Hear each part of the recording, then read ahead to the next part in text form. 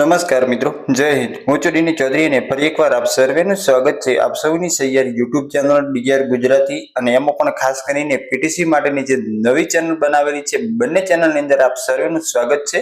તો મિત્રો આ વિડીયોની અંદર આપણે ખાસ વાત કરીશું પીટીસી એડમિશન પ્રક્રિયા 2026-27 ની હાલમાં શરૂ થઈ ગઈ છે, જેની અંદર મોટા ભાગના મિત્રો ઓનલાઈન ફોર્મ તો ભરી દીધું છે, પરંતુ ઓનલાઈન ફોર્મ ભર્યા પછી હવે આગળની પ્રોસેસ શું કરવાની છે એ ઘણા બધા મિત્રોને ખ્યાલ નથી.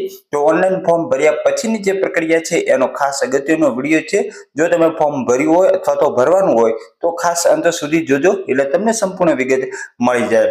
ફોર્મ ભર્યા પછી ફોર્મ અને એની સાથે જે ડોક્યુમેન્ટ તમે અપલોડ કર્યા છે એ જમા કરાવવા માટે ક્યાં જવાનું છે, તો જિલ્લાવાઇઝ સ્વીકાર કેન્દ્રોની યાદી છે એ નવી અપડેટ થયેલી યાદીની માહિતી મેળવીશું. તો ખાસ વિડીયો છેલ્લે સુધી જોતા રહેજો. ચેનલ પર સબસ્ક્રાઇબ ના કરી હોય હજી સુધી તો આપણી બંને ચેનલને સબસ્ક્રાઇબ કરી લેવા વિનંતી. તો ચાલો વિડીયો શરૂ કરીએ.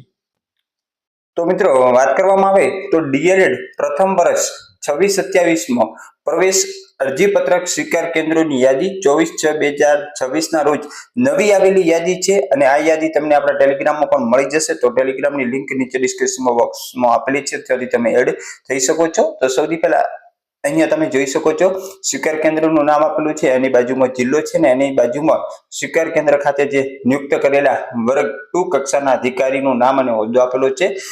મોટા ભાગના જે જિલ્લા શિક્ષણ અને તાલીમ ભવન આવેલા છે દરેક જિલ્લાની અંદર ત્યાં કેન્દ્ર આપવામાં આવ્યા છે, અને જો ત્યાં જિલ્લા શિક્ષણ નથી તો સરકારી પીટીસી કોલેજની અંદર આપવામાં આવ્યું છે. મહેસાણા પછી દાહોદની અંદર 2 કેન્દ્ર છે, આણંદ છે, અમરેલી છે, અમદાવાદની અંદર જોઈ શકો છો અહીંયા 2 કેન્દ્ર છે.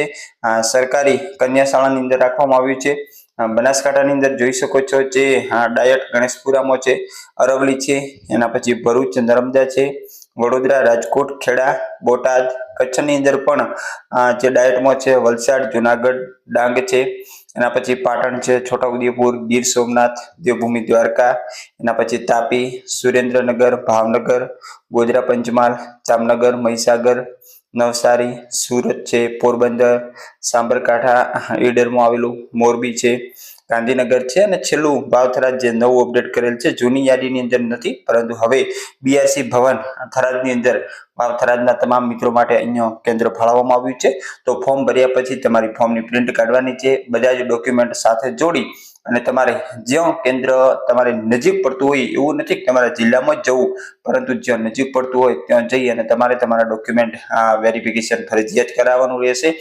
જે ત્યાં ફી ભરવાની છે એ ફી પણ તમારે ત્યાં જઈ અને ભરવાની રહેશે. હજી સુધી ઓનલાઈન ન ફોર્મ ભર્યું હોય તો નીચે આપણા નંબર આપેલા છે, નંબર ઉપર સંપર્ક કરાવી તમે સીધા ઘરે બેઠા ઓનલાઈન ફોર્મ ભરાવી શકશો. ફરી મળીશું નવી અપડેટ સાથે નવા વિડીયોની અંદર. ત્યાં સુધી જય હિન્દ, જય Bharat. Thanks for watching and subscribe my YouTube channel for more updates. Thank you.